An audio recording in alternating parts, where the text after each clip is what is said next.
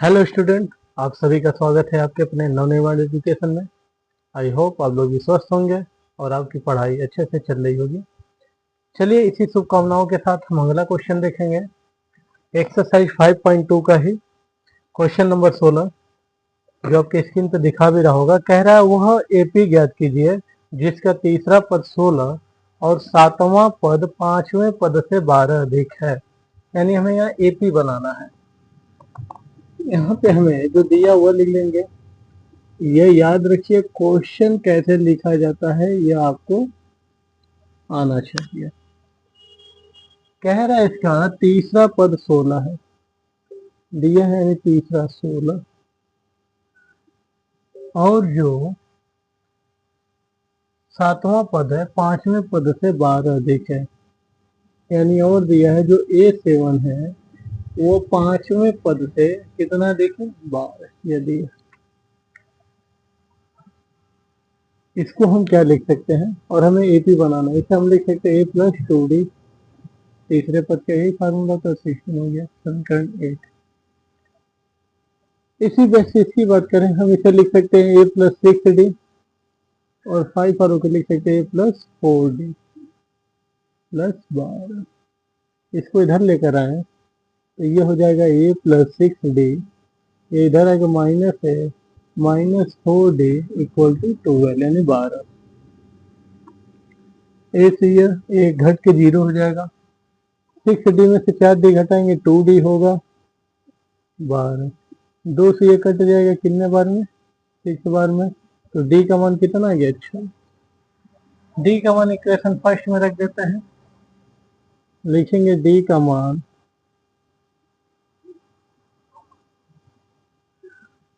समीकरण 1 में रखने पर, समीकरण 1 क्या है पहले एक बार लिख लेते हैं, A+2D इक्वल टू 16। ए की वैल्यू नहीं पता, डी की वैल्यू कितना है, अच्छा तो डी 2 गुणे 6, 6 दूना 12, इधर प्लस का 12 वो उधर जाएगा तो 16 माइनस 12। तो ए की वैल्यू कितना आ गया, अच्छा।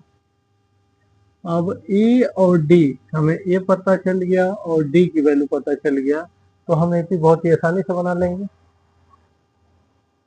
लिखेंगे प्राप्त एपी प्लस, हमें एपी बनाना, प्राप्त एपी क्या होता है, A+D A+2D A+3D dot dot dot. एक तरीका तो यह है, या तो क्या करें हम, पहले पद फिर उसमें डी जोड़ के दूसरा, फिर दूसरे में डी जोड़ के हम क्या निकाल सकते हैं, तब भी बना सकते हैं। पहला क्या है हमारा, ए की वैल्यू 4 है, 4 रख देंगे। ये 4+6, डी की वैल्यू 6 है, ये 4+2 गुणे 6, ये 4+3 गुणे 6 डॉट डॉट डॉट।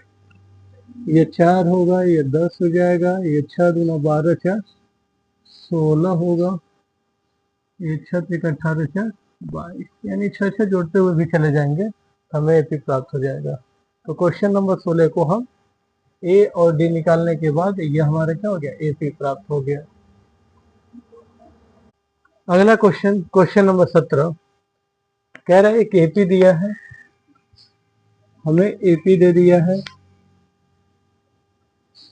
3 8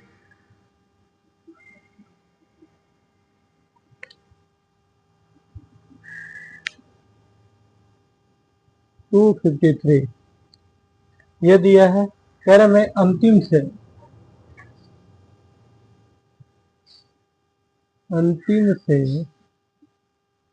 यानी अंत से 20वां पद बताइए। 20वां पद हमें ज्ञात करना है। एनसीईआरटी के इस किताब में अब जो सूत्र लगेगा ये मात्र एक ही ऐसा सवाल है जो उस सूत्र पे लगेगा। कह रहा अंत से, इधर से बताना है 20वां पद क्या होगा, तो आपको पता होना चाहिए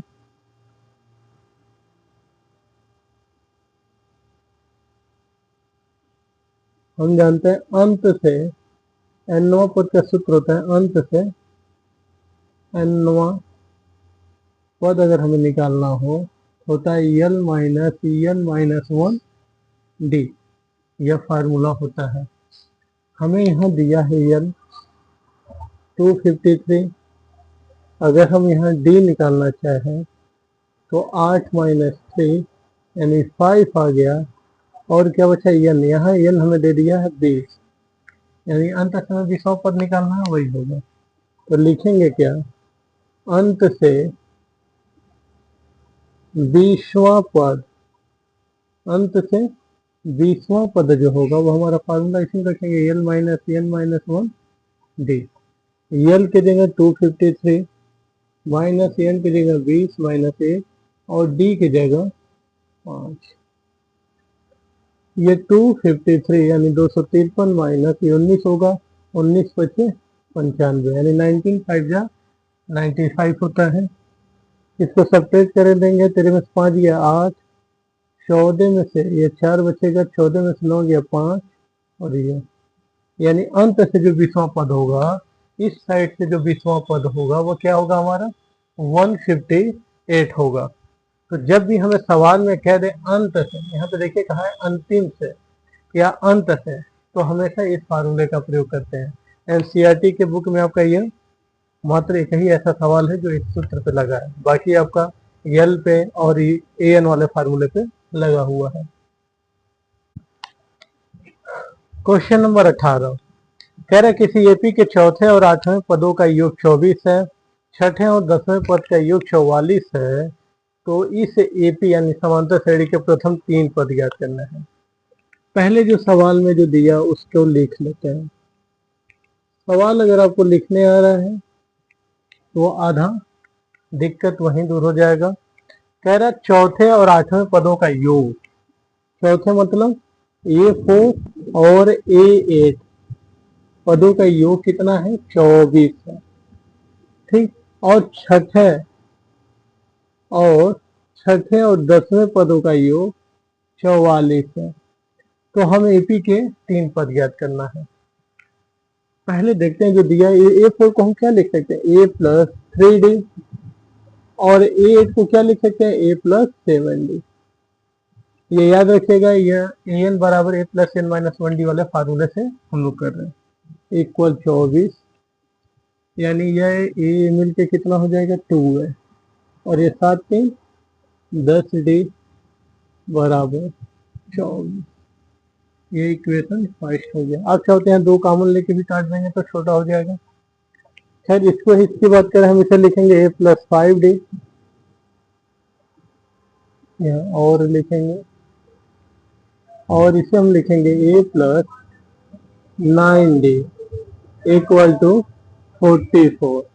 अब ये मिलके कितना होगा 2 है, ये 9 5 14D equal to 44। Equation second. हमें अगर ए और डी मिल जाए तो हम एपी बना सकते हैं। तो हम क्या करेंगे, इक्वेशन फर्स्ट और इक्वेशन सेकंड को क्या करेंगे सब्ट्रैक्ट यानी घटा देंगे। लिखेंगे क्या, समीकरण 2 माइनस समीकरण 1। आप एक में से भी 2 घटा सकते हैं, ये ध्यान रखना है यहाँ पे क्या लिखा उस हिसाब से। 2A plus 14D equal to 44, और यह हमारा हो गया 2A plus 10D equal to 24। घटाने पे क्या होता है, चिन्ह बदलता है, माइनस माइनस माइनस, ये कट के 0 हो जाएगा।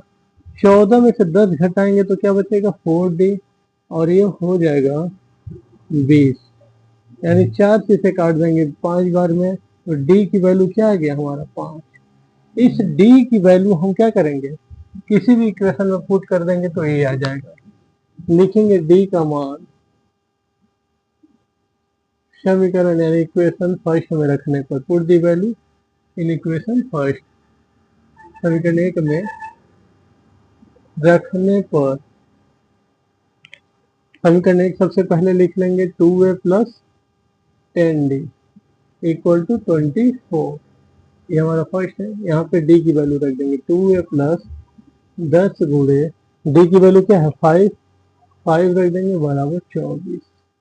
ये 10 बचे 50, उधर जाएगा तो क्या हो जाएगा, माइनस हो जाएगा 24 माइनस 50, तो 2 बराबर घटाएंगे 10 में 4 गए 6, 2 में गए 26, यानी 4 में 2 गए 2, 2 से और कितना आएगा माइनस में, 2 से कट गया 13 बार में, यानी ए की वैल्यू जो होगा वो -13 होगा। क्या होगा, -13। अब हमें कह रहा है प्रथम 3 पद लिखेंगे प्रश्न से। ए हमारा प्रथम पद तो यही होगा, प्रथम पद हमारा क्या हो जाएगा, यही हो जाएगा, प्रथम पद हमारा यही होगा। ए बराबर क्या हो जाएगा, -13। इसी को हम A1 या प्रथम पद भी लिख सकते हैं। A2 की बात करें, A2 का फार्मूला होता है A प्लस डी। यहाँ A की वैल्यू कितना है, -13, और D की वैल्यू जो आया वो क्या है 5, यानी यह आ जाएगा -8। तृतीय पद की बात करें तो A2 में ही D जोड़ दिया जाए, या आप A प्लस 2D भी लिख देंगे तब भी आ जाएगा। A2 क्या है हमारा, -8 आया है, और D की वैल्यू 5, यानी A3 की वैल्यू क्या जाएगा, -3। 8 में 5 जाएगा तो क्या बचेगा 3, और चूंकि माइनस वाला बड़ा है तो लिख देंगे। यानी ये हमारा प्रथम पद, द्वितीय पद और तृतीय पद, एपी का ये तीनों पद हमें क्या हो गया, प्राप्त हो गया। अगला क्वेश्चन है क्वेश्चन नंबर 19। कह रहा सुब्बा राव ने 1995 में 5,000 रुपए के मासिक वेतन पर कार्य आरंभ किया, यानी 5,000 रुपए महीने पर कार्य आरंभ किया, और प्रत्येक वर्ष 200 रुपए की वेतन वृद्धि प्राप्त होती है, और हर वर्ष 200 रुपये बढ़ता है। तो कह रहा है कि इस वर्ष में उनका वेतन 7,000 हो जाएगा। देखिए सुब्बा राव है ना, हाँ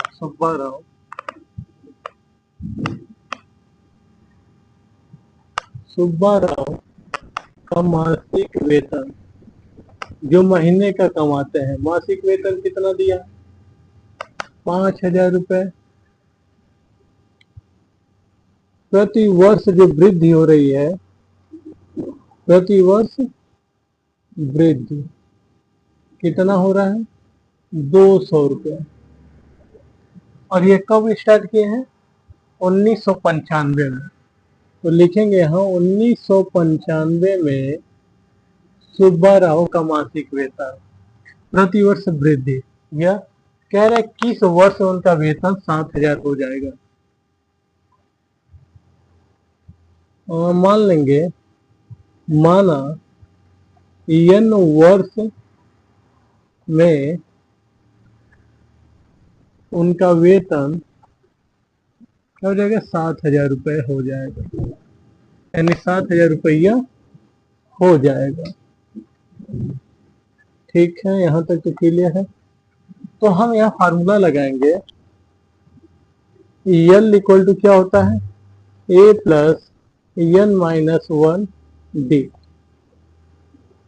बिकॉज क्योंकि यहाँ पे L हमें दिया 7,000, बस हमें वर्ष पूछा है कितने वर्ष लगेंगे कि ये 7,000 होने में, मतलब इनका आय 7,000 होने में कितने वर्ष लगेंगे। L की जगह पे 7,000 रख दिए, 5,000 से स्टार्ट किए वो 5,000 हो गया, प्लस n की वैल्यू नहीं पता -1, और D की वैल्यू क्या है 200। अगर आपको ऐसे नहीं समझ में आता है तो आप क्या बना सकते हैं, AP बना सकते हैं। AP मतलब पहले वर्ष मतलब 1995 में कितना था 5,000, फिर अगले साल यानी 1996 में कितना हो जाएगा, 200 रुपये बढ़ेगा इसमें, 1996 हो जाएगा 5,200। ऐसे ही 1997 में हो जाएगा 5,400। ऐसे ऐसे करते हमें कहाँ तक जाना है, 7,000 तक जाना है। 7,000 रुपया तक वही पूछ रहा कितने वर्ष बाद होंगे, या तो आप ऐसे मतलब वह बना के तब ये कीजिए तब भी लग जाएगा। इसको इधर लाएंगे तो 7,000 माइनस 5,000, 5,000 और ये इधर आ गए तो बट्टे 200 इक्वल टू n माइनस 1। 7,000 में 5,000 घटाएंगे 2,000 आएगा, 2,000 बट्टा 200 बराबर n माइनस 1। 2 जीरो खत्म, 2 से ये 10 बार में खत्म, यानी 10 बराबर आएगा n माइनस 1 तो 10 प्लस 1 बराबर n। तो n बराबर कितना आ गया 11। लिखेंगे क्या? अतः ये उत्तर में लिखेंगे, किसमें लिखेंगे? उत्तर डाल के लिखेंगे, ये काले पेन से ही रहता है। लिखेंगे अतः 11 वर्ष बाद, या 11 वर्ष, क्या पूछा कितने वर्ष में। इस चैप्टर का लास्ट क्वेश्चन है, कह रहा रामकली ने किसी वर्ष प्रथम सप्ताह 50 रुपए की बचत की और फिर अपनी साप्ताहिक बचत 17.5 बढ़ाते गया, और कह रहा है n सप्ताह बाद अगर 207.50 हो गया हो तो n की वैल्यू बताना है। यानी रामकली ने, इसकी पहले तो श्रेणी बनाना पड़ेगा बचत का, तो लिखेंगे रामकली ने पहले सप्ताह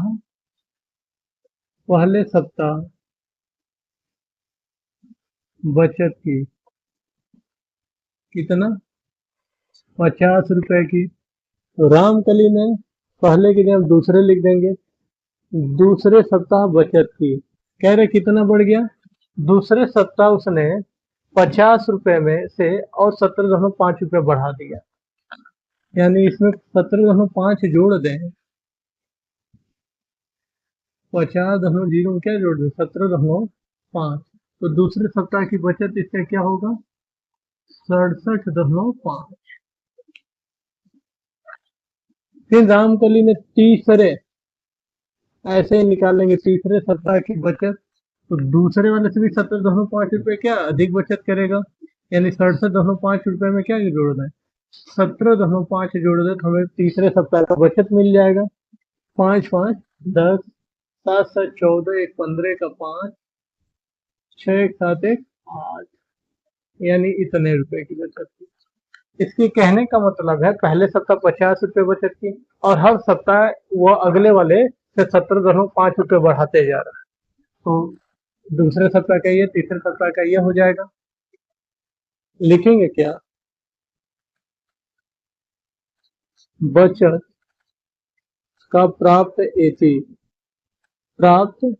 क्योंकि एक ही डिजिट उतना ही बढ़ रहा है 17.5 17.5 हर सप्ताह बढ़ रहा है, तो एपी क्या हो जाएगा हमारा प्राप्त एपी, पहला 50, दूसरा 67.5, तीसरा 85, डॉट डॉट डॉट, कहाँ तक कह रहा है ये 207.50, 207.50 तक दिया बचत, यानी n सप्ताह में कुल बचत दिया है, यहाँ लिखा नहीं, यहाँ लिखना पड़ेगा। रामकली ने n सप्ताह में कुल बचत की कितना की है 207.50। ठीक है, हमें ध्यान से देखिए, यल का फार्मूला हम पढ़े हैं, यल का फार्मूला क्या किया हम पढ़े, यल बराबर क्या होता है हमारा a plus n minus 1 D. L की वैल्यू लास्ट कितना बचत कर रहा है, कह रहा है 207.50, हम इसे 5 भी लिख सकते हैं। ए की वैल्यू कितना है 50, प्लस एन की ही वैल्यू हमें बताना है कितने सप्ताह में वो इतना रुपए कर लेगा। डी की वैल्यू पता है 17.5। ये याद रखिएगा, अगर कोई राशि सेम राशि हर पहले वाले से उतना ही राशि बढ़ रही है तो वही उसका क्या हो जाता है डी हो जाता है।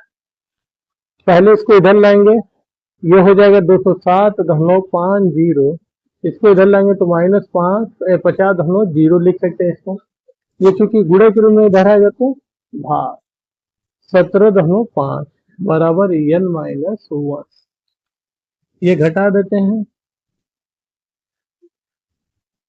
5 से लिखिए, 5 में 0 गया 5 होगा, 7 में से 0 गया 7, और 0 में से 5 नहीं, 10 में से 5 गया 5, और यहाँ बचेगा 1, 157.5 बट्टा 17.5 बराबर n माइनस 1। अब यहाँ देखिए दशमलव का तो हमें भाग आता नहीं है, तो क्या करेंगे दशमलव हटाने के लिए ऊपर नीचे दशमलव की जगह क्या करते हैं 1 लिखते हैं, दशमलव के इधर 1 डिजिट है तो एक ही 0 से क्या करेंगे यानी 10 ऊपर नीचे गुणा कर देंगे, तो यह आ जाएगा आपका 1575 बटा 175 बराबर n माइनस 1। आप 25 से काट दीजिए, 25 छः का 150, 7 5 25 से 75 और 25 छः का 150, 25 सत्ते क्या होता है 175, यानी आगे 63 बट्टा 7 बराबर n माइनस 1। 7 से ये कट गया 9 बार में, यानी 9, ये -1 को इधर लाएंगे तो +1 हो जाएगा, यानी n की वैल्यू कितना आ गया 10। यानी क्या होगा 10 सप्ताह बाद लिखेंगे, n की वैल्यू हमें कैसे पूछा है, कह रहा है n का मान ज्ञात कीजिए, हो गया n की वैल्यू यह हो गया, यानी 10 सप्ताह में उसके रुपए इतने हो जाएंगे। तो ऐसे दिया था। ये आज का इस चैप्टर का लास्ट क्वेश्चन था। अगले चैप्टर को हम यानी 5 प्रश्नावली 5.3 को हम नेक्स्ट पार्ट में देखेंगे। तब तक अपना ध्यान रखिए और पढ़ाई करते रहिए। Take care, bye bye.